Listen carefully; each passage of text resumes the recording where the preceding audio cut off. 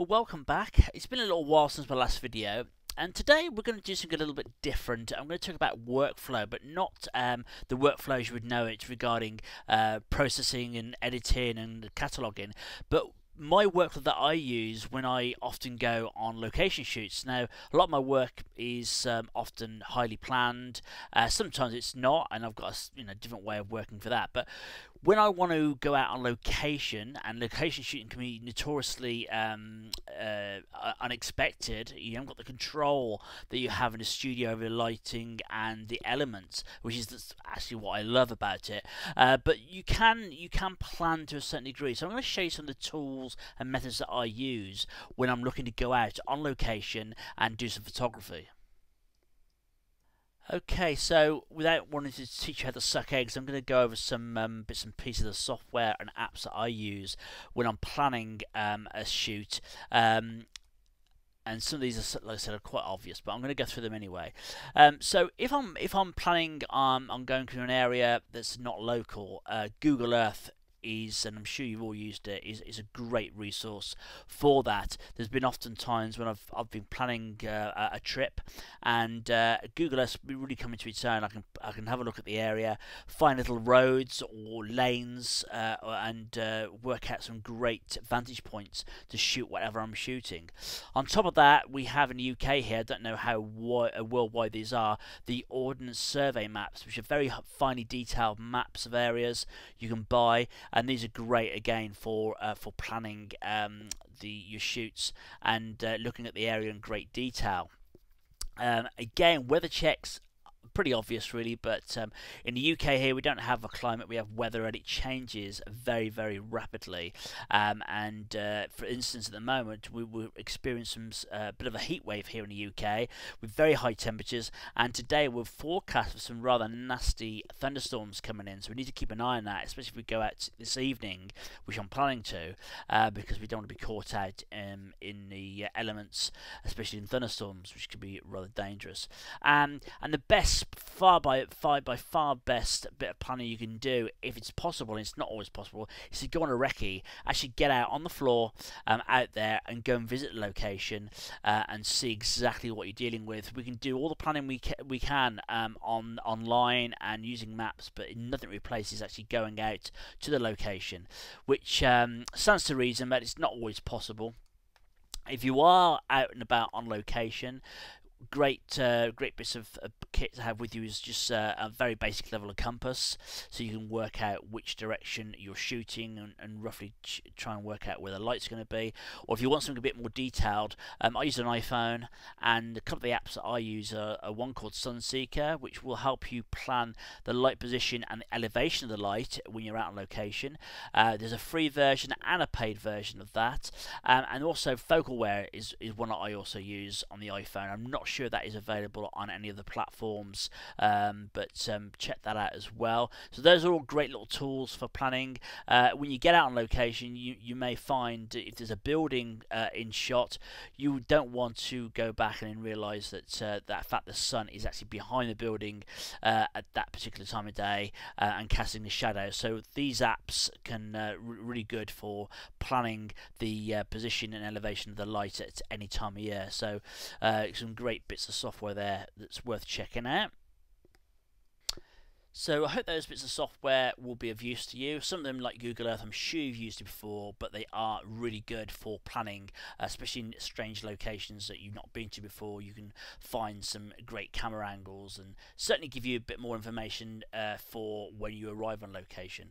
The other part of shooting for me is just literally grabbing a camera and following my nose, like in these shots, which is some of the most enjoyable photography that I do, but I don't do it very often these days. A lot of it isn't just reacting to what I find, it's often doing this planning. So tonight, what I've got in mind, I've already done my location scouting and found the location I want, but what I wanted to get was, I'm going to do a time-lapse video, which doesn't really make any odds to this training video. It could be anything that I'm shooting, but I'm doing a time-lapse video. And what I had in mind, I wanted to show a landscape with some crops in the shot, on a hillside, perhaps with a nice tree, which is exactly what I found. And I want to show the passage of of time from just before sunset to dusk, show the changing light, and perhaps get some lovely movement in the crop. So a nice serene time-lapse video. So that's the plan. That's what I'm hoping to achieve. Often with location photography, it's very unpredictable, and that's what I love about it. And you have to be prepared to change things either slightly or drastically. And more often than not, you can come back with something even better than you planned.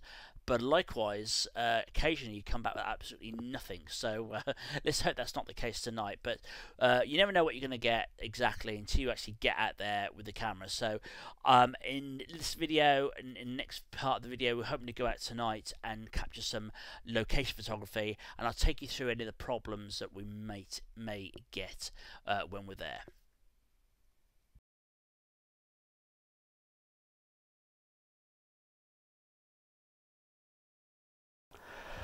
Well, welcome onto location. We've come to the location that we've been doing the research on, and this is a prime example of why you can search as much as you want online, but you need to get on the ground and actually come and get on your feet and do a proper recce. But I found this fantastic field, as I expected. The light's a little bit further over than I imagined or what I've researched, but that's not a problem. It's a beautiful evening. The weather forecast is spot on. We've had a lot of hot weather here, a bit of a heat wave, and we've had a bit of thunder as well, so we've got to be very careful. It's not the best place to stand if you've got a metal tripod in the middle of a field during a thunderstorm, as you can imagine, so got to keep an eye on that, but we should be fine. Beautiful evening, as I said.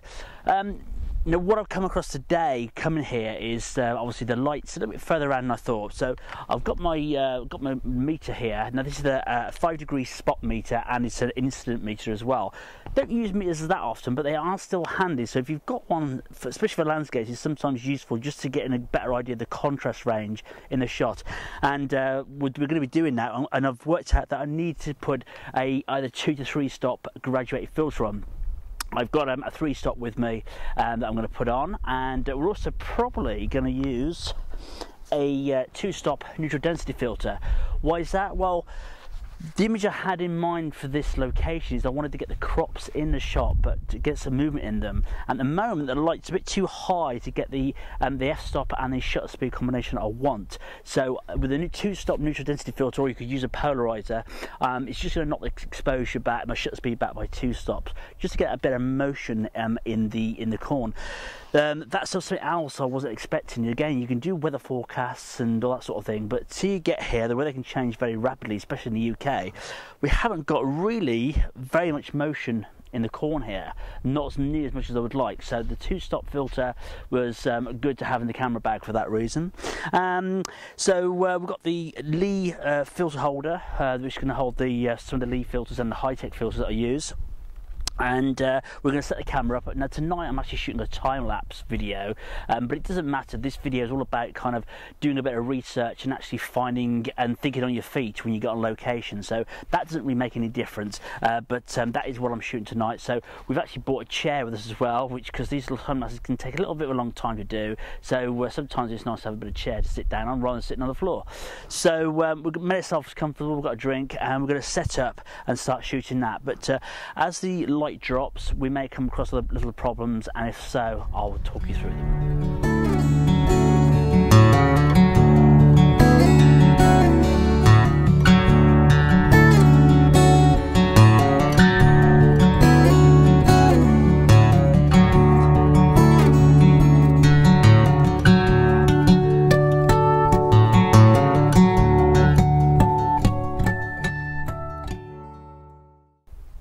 Okay, so a bit of an update for you. Because of the problem with getting this lovely bit of motion in the foreground, in the crops, due to the lack of wind, I've actually angled the camera down a little bit. I'm not shooting very wide, probably about 35 to 30 millimeters. I prefer, as I've mentioned many times before with my kind of work, I don't like using wide angles. I like slightly more compressed images. So, but you know, I need a bit of width on this shot. So we're shooting about 30 mil, and I've, as I said, angled the camera down a little bit, so I've got quite a bit more foreground and sky in the shot. So if there is any movement in the crops, it's definitely going to be evident in the shot. So I've just weighted the composition towards that. Now when I come to a location like this, the first thing I normally do, and it's very difficult to show you, so this is why I'm having to sort of just talk to you as I am now, I tend to come and view the location, spot and have a move around, spot the elements in the image that I want to show, and then work out my best angle. Now it's a bit more restrictive in a place like this because I don't like trampling over people's crops because the farmers get very annoyed with you. So that does restrict you a little bit, but I like to come in, get my camera, perhaps don't put it on the tripod, just have a hand hold it, come in and just move around the scene and try and work out what elements you want to show. Now in a lot of images, the best images normally the ones that are the most simple, so always try and simplify your composition, try and leave out what you don't need. So I've got the tree on one side, which again I'll show you this in post because it'd be easier, but I've got the tree on one side, slightly angled down as I said, just to get lots of crops, because that's the main element in this shot, is to get some motion, get some softness in the picture, hopefully with the wind. So that's what we've done. We've moved around, found a great spot, moved the camera quite down low again for the crops, that's what the main element in this is. Then the tree and that beautiful background. If I come down too low, I'm going to lose the distance, the hills, everything in the distance, and obviously I want to include that. So it's a bit of a balance in that. So never just come in and point your camera down or just do that, because everybody does that right at height level, and you know, you need to move around the scene, get down low if you need to, although you know, if your knees are a bit dodgy and you're getting as old as me, it can be a bit uncomfortable, but it's well worth it. So don't forget, move around the scene and explore it before you even start taking any pictures. Now you might be able to see in the background now that the light is dropping down really nice. We've got this shadow in the foreground, which again I'm capturing, so I'm going to capture the movement of that in my time lapse hopefully, but no, that'll definitely be in the shot. So we just keep an eye on the exposure. I'm having to alter exposure slightly as the light drops. I need to increase the exposure, may need to even take the 2-stop neutral density filter off at some point, but we'll play it by ear. I'm just going to keep an eye on it and just enjoy the sun setting over this beautiful landscape.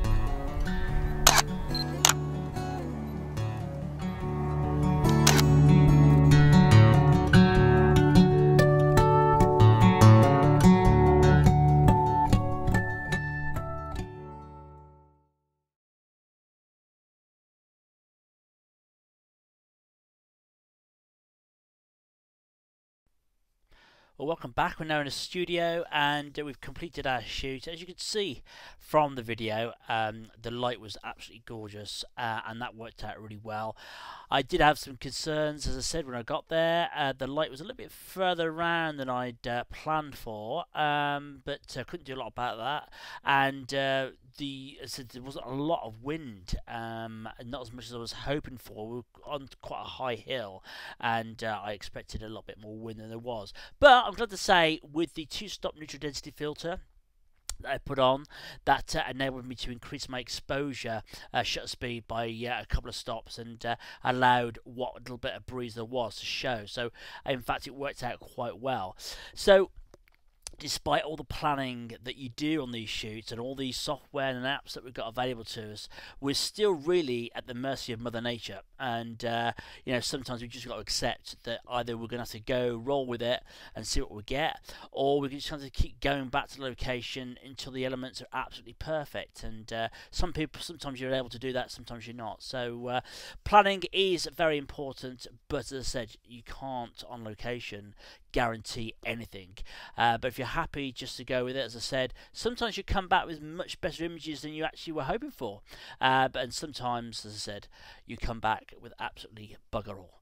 So I'm going to leave you this video with and show you exactly what I captured. This is by no means a finished article. There's still a lot of work to do on this video, but it'll give you an idea of what we captured. I'll just add that if you're looking to learn how to do some time-lapse photography, there's quite a few good tutorials on PhotoTuts that will help you achieve that. Until the next time, thanks for watching, and I'll catch you again shortly. Cheers.